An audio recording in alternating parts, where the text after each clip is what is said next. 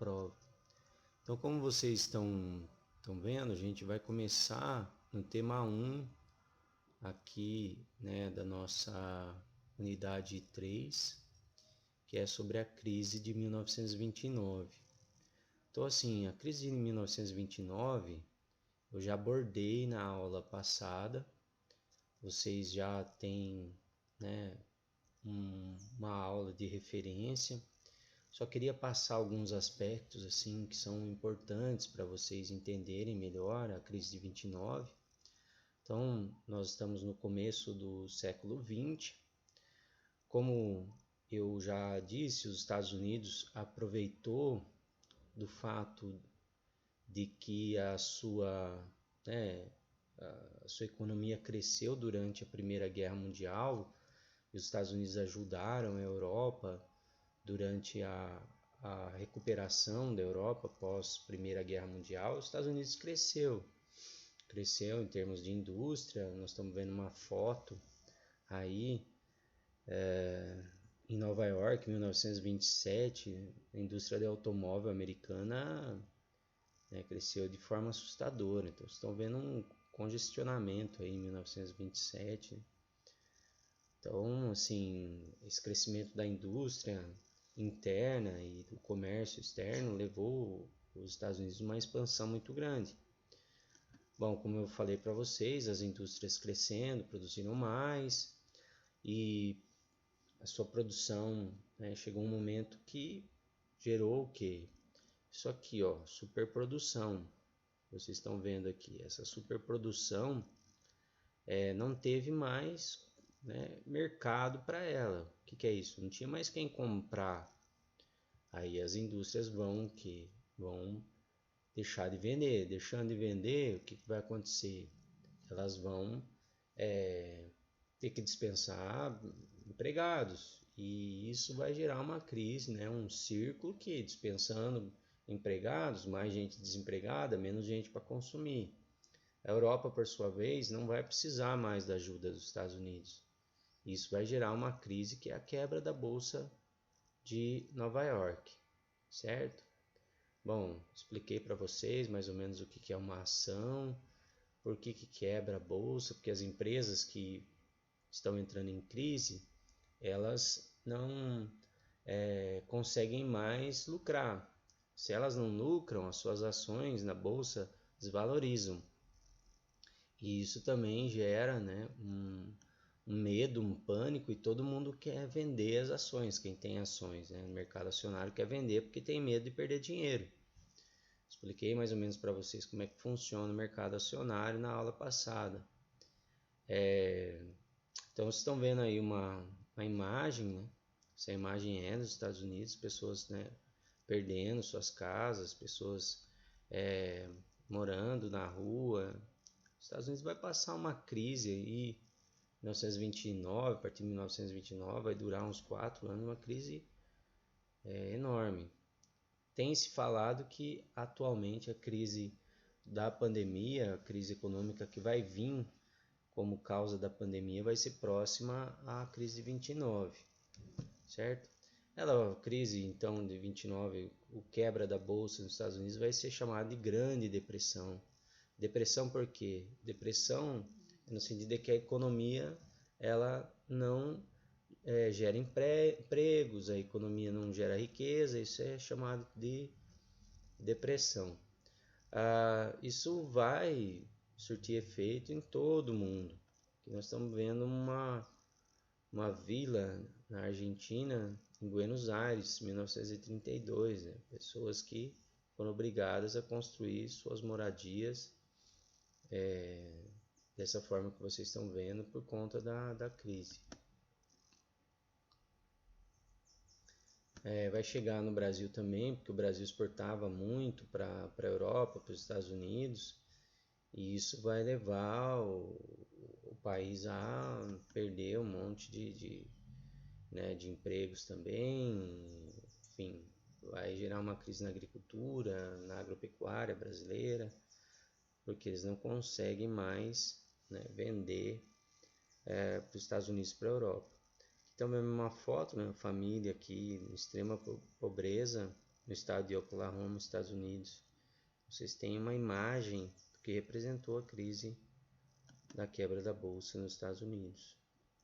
Bom, aí vamos para a Europa falar um pouco sobre a vinda, né, do nazifascismo. O nazismo na Alemanha e o fascismo na Itália, certo? Então, assim, o que vai levar ao nazifascismo? Primeiro, na Europa, você tem o final da Primeira Guerra Mundial e os países que lutaram na Primeira Guerra Mundial vão ficar em dificuldade econômica, porque tiveram muito gasto com a guerra. E a Alemanha e a Itália, com essas crises, né, econômicas, e, de certa maneira, também um movimento dentro desse país, que é o movimento dos trabalhadores, para gerar uma revolução, como houve na União Soviética, vai criar o outro lado. Pessoas que querem um governo mais autoritário, que querem resolver os seus problemas econômicos mais rápidos. Bom, aí vem sempre um salvador da pátria, né? Que é aquele líder que vai dar a solução para tudo. Na Itália, esse líder foi o Mussolini, e na Alemanha, esse líder foi Hitler. Então, assim, esses regimes eles surgem então de uma insatisfação da população com a economia, surgem também com um determinado ódio, né, aos comunistas, ódio aos judeus, como foi na Alemanha, e isso junta a gente, né, para odiar outras pessoas e cria um inimigo comum e cria regimes autoritários. Então, Mussolini e Hitler vão subir ao poder com a promessa de resolver todos os problemas econômicos. O que é fascismo? Muitos alunos perguntam para mim o que é fascismo. Então, fascismo foi um movimento na Itália, um movimento político que tem, né, dentro da sua ideia política um militarismo também. Vocês estão vendo aqui os fascistas todos de uniforme, usam, né, armas e querem combater, né, um inimigo, querem colocar a ordem política e combater um inimigo. No caso da Itália, o inimigo do fascismo era o comunismo. Na Alemanha também vai ser o comunismo, mas também vai ser os judeus. O que acontece? Mussolini ele foi socialista, depois ele criou o movimento fascista, era um homem muito esperto, tinha uma retórica, tinha um jeito de falar muito bem, e ele vai criar esse movimento que vai pressionar, né, os políticos lá da Itália até chegar ao poder.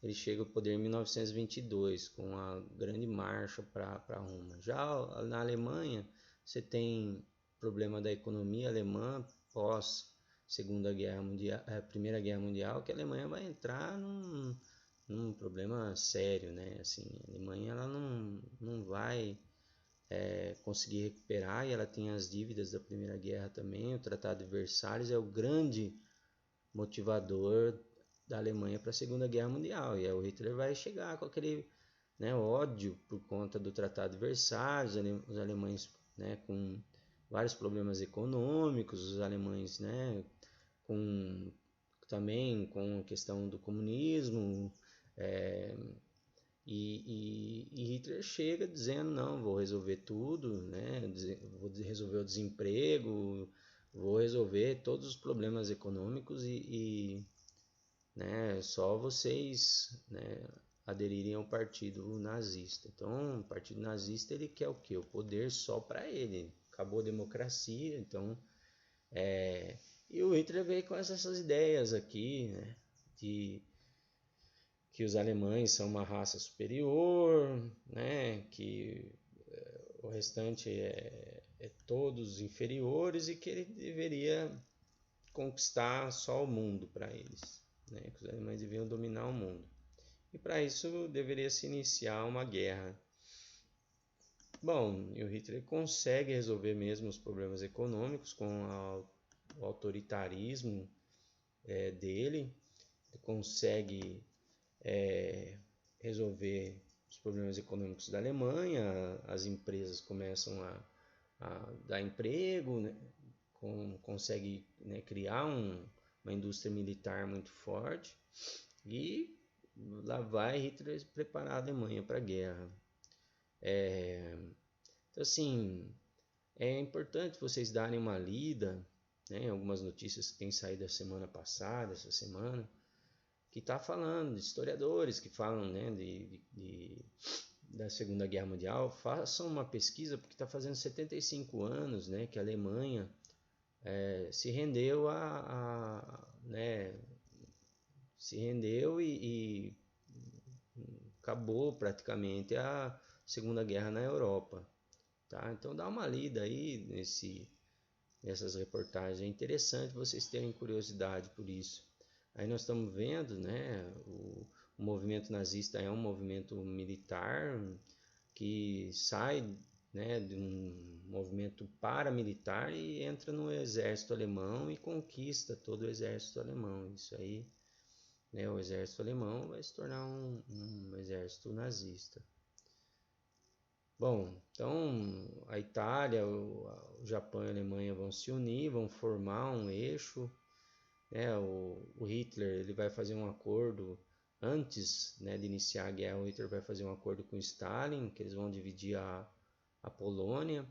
Os ingleses, franceses, né, eles dão uma brecha para o Hitler em 1938, na Conferência de Munique, e dão uma brecha para o Hitler para anexar um território que era da Tchecoslováquia, a região dos Sudetos e tal.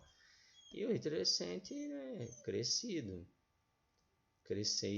e aí ele faz um pacto com Stalin e começa a guerra.